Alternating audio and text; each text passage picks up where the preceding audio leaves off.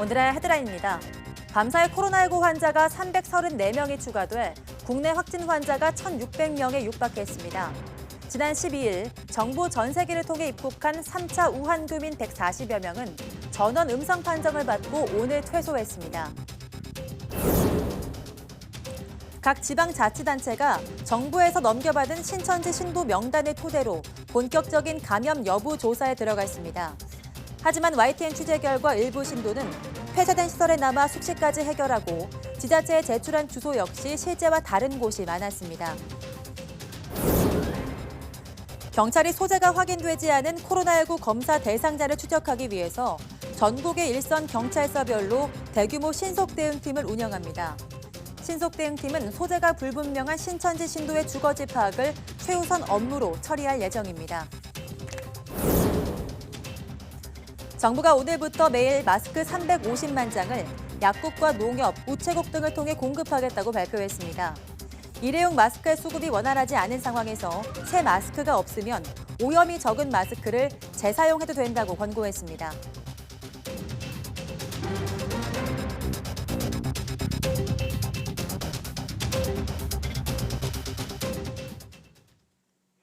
여러분 안녕하십니까? 2월 27일 사이언스 투데이입니다. 코로나19 감염 환자가 밤사이 334명이 추가돼서 국내 확진자는 모두 1,595명으로 늘었습니다. 추가 환자 334명 가운데 대구에서만 307명이 발생해 대구 지역 누적 환자가 1,000명을 넘어선 1,017명으로 집계됐습니다. 중앙방역대책본부의 하루 2차례 발생 현황 집계에서 지역별로 300명 넘는 환자가 발생한 것은 대구가 처음입니다. 가파른 확산세를 보여온 경북 지역은 밤사이 추가 환자가 4명 발생했고 서울 6명, 경기 4명, 충남 4명, 대전 3명의 환자가 나왔습니다. 울산과 충북, 경남에서도 각각 확진자 2명이 추가됐습니다. 오늘 오전 대구에서 사망자가 추가로 발생해서 국내 코로나19 사망자는 모두 13명으로 늘었습니다. 경기도 이천 국방어학원에 머무는 중국 우한 3차 귀국자들이 2주간의 격리 생활을 마치고 퇴소합니다. 국방어학원에는 지난 12일 입소한 우한 교민과 중국 국적가족 등 3차 귀국자 147명과 손녀들을 돌보기 위해 자진 입소한 내국인 할머니 등 모두 148명이 수용돼 있습니다. 이들은 2주간 격리됐으며 코로나19 검사에서 모두 음성 판정을 받았습니다. 코로나19의 지역사회 전파 차단을 위해서 정부는 대구 지역 신천지 교회 교인 9천여 명에 대한 전수조사를 했습니다. 이제 신천지 전체 교인 20만여 명에 대한 검사가 시작됩니다. 시간 싸움이 될 수밖에 없는데 문제는 감염 초기에도 전파력이 상당하다는 겁니다. 이형원 기자입니다. 코로나19 국내 확진자가 급속도로 늘어난 주요 원인으로는 신천지 교회가 꼽힙니다. 정부는 신천지 측으로부터 교인 21만 2천여 명의 명단을 받아 해당 지자체에 전달했습니다. 이들 가운데 유증상자를 가려내 즉시 자가격리하고 감염 검사를 진행할 예정입니다. 중대본은 신천지 교회 측으로부터 약 21만 2천 명의 전체 신도 명단을 확보하였습니다. 오늘 각 지자체별로 명단을 전달할 것이며 이에 따른 조치가 신속하게 이루어질 것입니다. 문제는 속도입니다. 먼저 조사가 시작된 대구만 봐도 녹록지 않습니다. 대구 지역 신천지 교인 9천여 명 가운데 유증상자만 1,300명이 확인됐는데 이들 검사에만 닷새가 걸렸습니다. 강한 전염력과 빠른 전파 속도를 가진 코로나19 특성을 고려하면 검사 시간은 곧 확산세와 직결될 수밖에 없습니다. 가장 좀 곤욕스러웠던 거는 감염력이 굉장히 높고 전파 속도가 너무나 빠르다는 겁니다.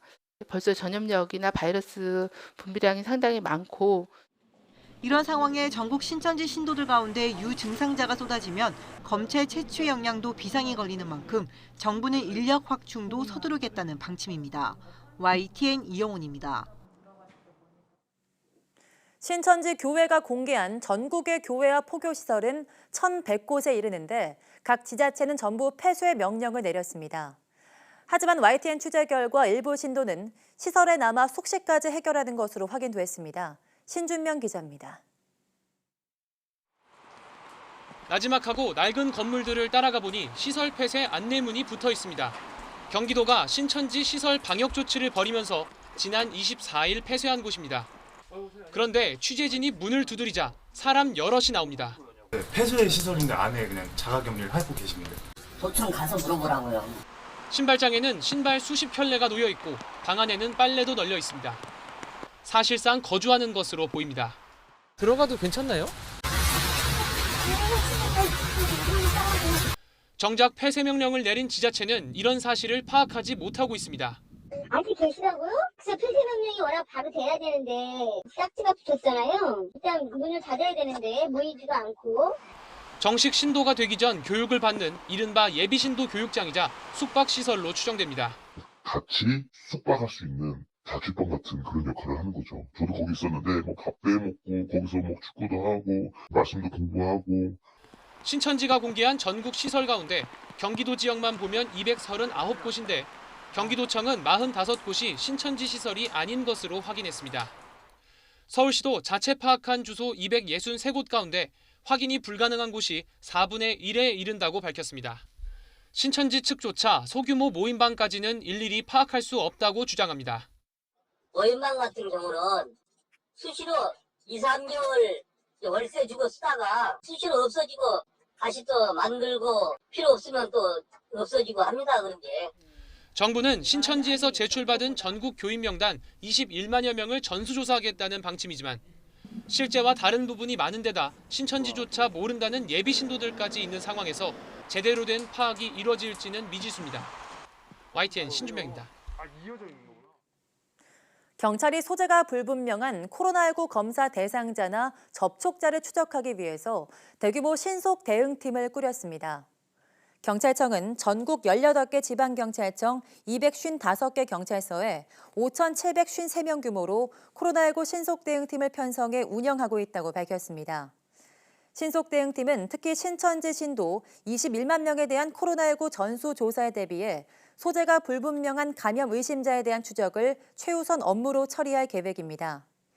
경찰은 각 지자체별로 신천지 신도에 대한 조사가 본격 진행되면서 소재 불명자 명단이 넘어올 것으로 보고 조사에 대비하고 있습니다. 신속대응팀은 이 밖에도 보건당국 역학조사 지원과 격리 조치에 불응하는 대상자에 대한 사법 처리 등의 업무를 맡습니다.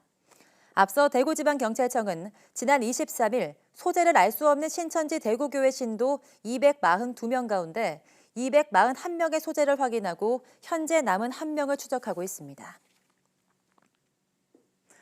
보건당국이 코로나19 잠복기를 현재 14일보다 더 확대할 근거는 없다고 밝혔습니다. 정은경 중앙방역대책본부장은 정례 브리핑에서 아직은 2주를 넘긴 잠복기에 대한 보고 사례는 별로 많지 않고 다른 나라도 이 기준을 적용하고 있다며 이같이 말했습니다. 그러면서 양성 확진 검사인 PCR 검사에서 좀 더 늦게까지 바이러스가 검출된다 해도 전염력 여부는 검토돼야 하기 때문에 잠복기를 늘린 근거는 부족하다고 설명했습니다. 청도에 다녀온 부목사가 코로나19 확진 판정을 받은 명성교회는 신도 10만 명의 대형 교회입니다. 지난 21일 부목사가 자가 격리된 이후 동선 파악과 공지도 잘 하지 않아서 결과적으로 신도들과 지역사회를 위험에 노출시켰다는 지적이 일고 있습니다. 이승은 기자입니다. 지난 14일 청도에서 열린 신도가족 장례식에 다녀온 명성교회 부목사가 자가격리에 들어간 것은 지난 21일 금요일 저녁. 명성교회 측은 해당 부목사가 장례식에 다녀온 뒤 참석한 예배와 행사는 지난 16일 일요일 오후 한 번이라고 밝혀왔습니다. 확진 판정 이후에는 저녁 예배까지 2번 참석했다고 말을 바꿨습니다. 그러나 강동구청이 공개한 교회 활동은 훨씬 더 많습니다. 지난 15일 토요일을 비롯해 18일과 19일, 20일, 21일에도 예배에 참석했고 교회 식당에서 식사도 했습니다. 특히 5가정을 방문해 신방 예배를 받습니다. 영화관과 식당, 병원, 약국도 찾았습니다. 신도들에게 제대로 공지했는지도 의문입니다. 교회 측은 지난 21일 금요일 저녁 부목사가 자가격리에 들어가자 바로 신도들에게 문자로 공지했다고 밝혀왔습니다. 명성교회 평신도의 휴대전화 화면입니다. 다음 날 밤 10시가 넘어서야 공지가 도착했습니다. 많은 신도들이 토요일 예배에 다녀온 뒤였습니다. 공지 내용도 구체적이지 않습니다. 청도를 방문한 목사와 신도의 이름, 어떤 예배에 참석했는지 정보가 없습니다. 청구대남병원에 갔었다는 사실이랑 명성교회는 그 사실을 안 즉시 21일부터 자가격리에 들어갔다라고만 되어 있고요. 그 외에 상세한 내용은 기억이 나지 않습니다. 공지와 관련된 취재가 시작되자 명성교회 측은 22일 공지했다고 또 말을 바꿨습니다. 또 동선을 은폐하려는 것이 아니라 파악이 늦어졌을 뿐 다른 의도는 없었다고 말했습니다. YTN 이승은입니다.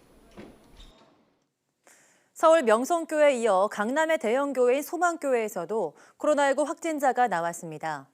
소망교회는 지난 9일과 16일 찬양대원으로 예배를 본 안양 거주 신도가 코로나19 확진 판정을 받았다고 밝혔습니다. 교회 측은 해당 신도가 지난 1월 22일 홍콩에서 귀국했고 지난 19일 대구 출장을 다녀온 회사 동료와 업무차 만났다고 설명했습니다. 앞서 소망교회는 코로나19 상황이 안정될 때까지 모든 주일 찬양 예배와 기도회, 공동체 모임을 잠정 중단한다고 공지했습니다.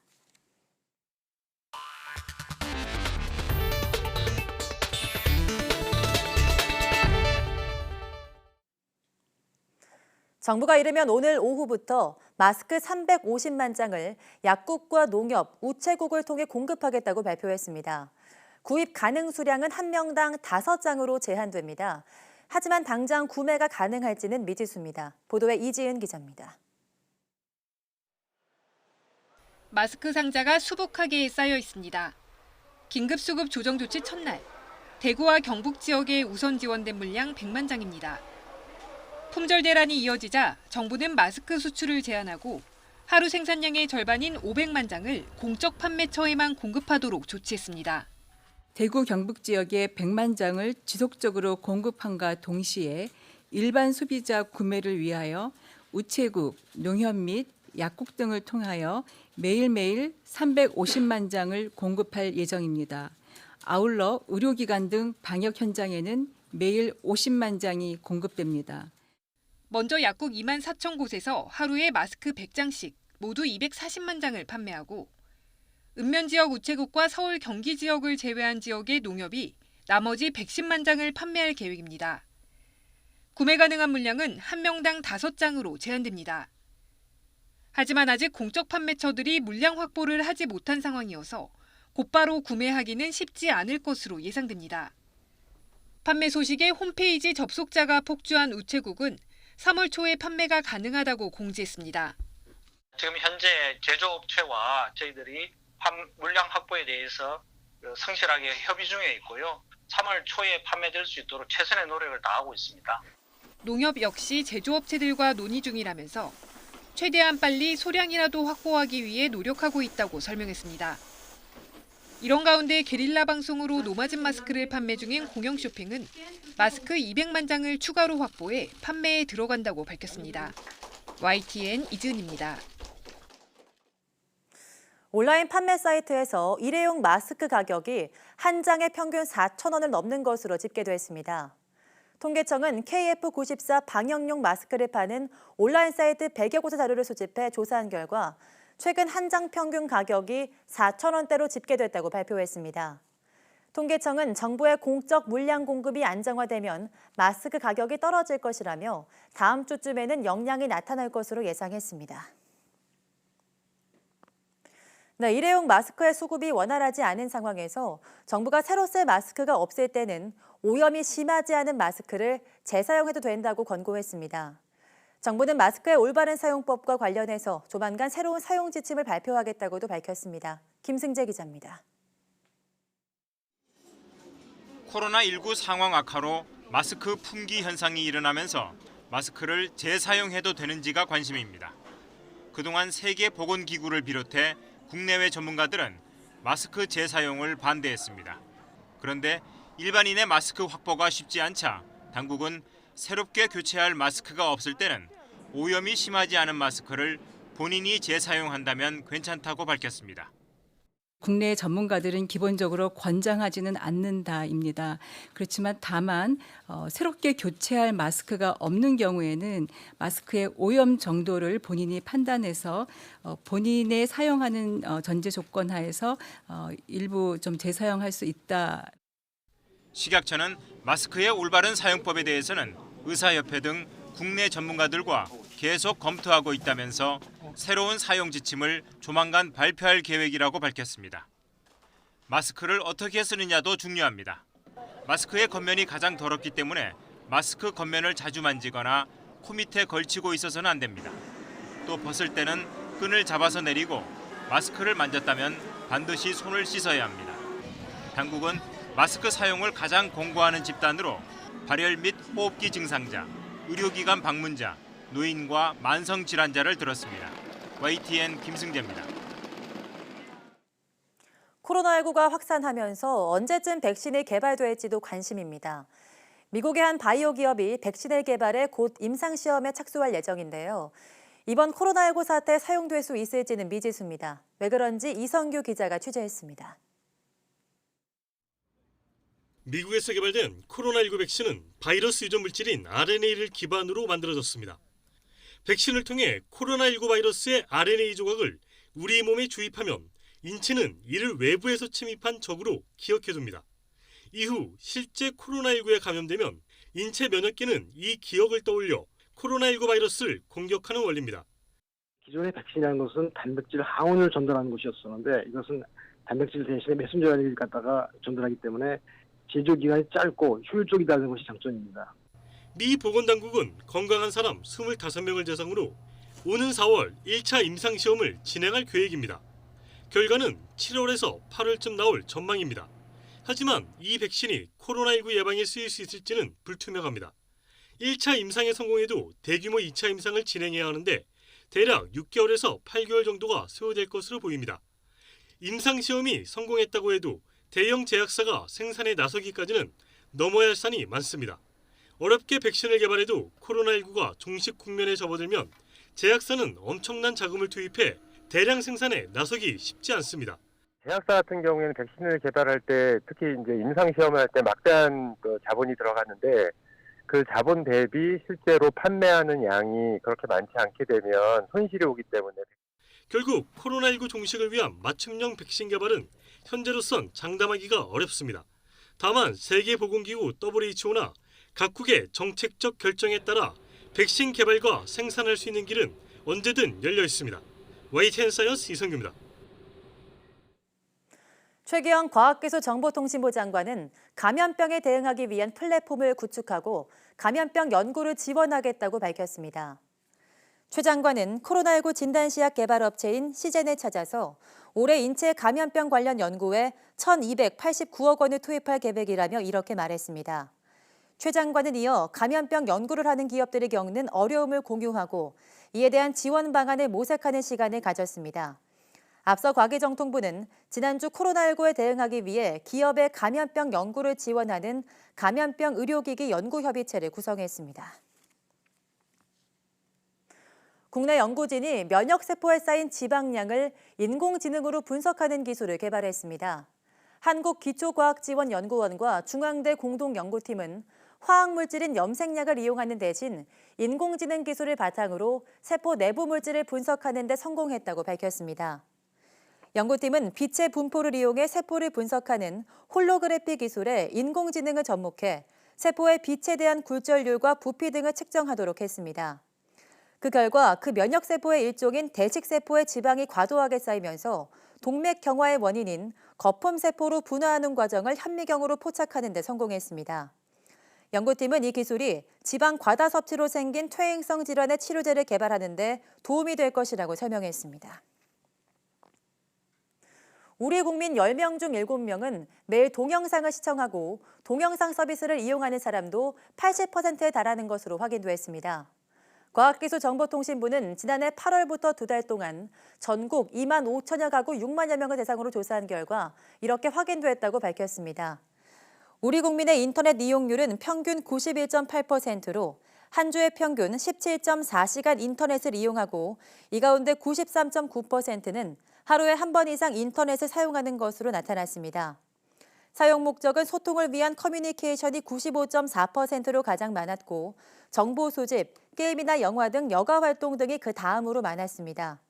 또 국민의 81.2%가 동영상 서비스를 이용하고 동영상이 일상적인 서비스로 자리 잡았다고 과기정통부는 분석했습니다.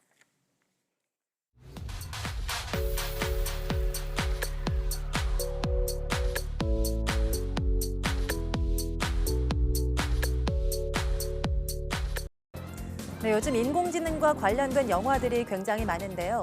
오늘 오후 사이언스투데이 주민피플에서는 인공지능과 인간을 연결하는 내용의 SF 연극 무화 유지양의 연출감독과 배우 두 분을 만나보겠습니다. 이들은 이 작품을 통해서 과학을 어떻게 사용하고 바라봐야 하는지 이야기하고 싶다고 하는데요. 오후에 만나보겠습니다. 많은 시청 바랍니다. 함께해 주신 여러분 고맙습니다.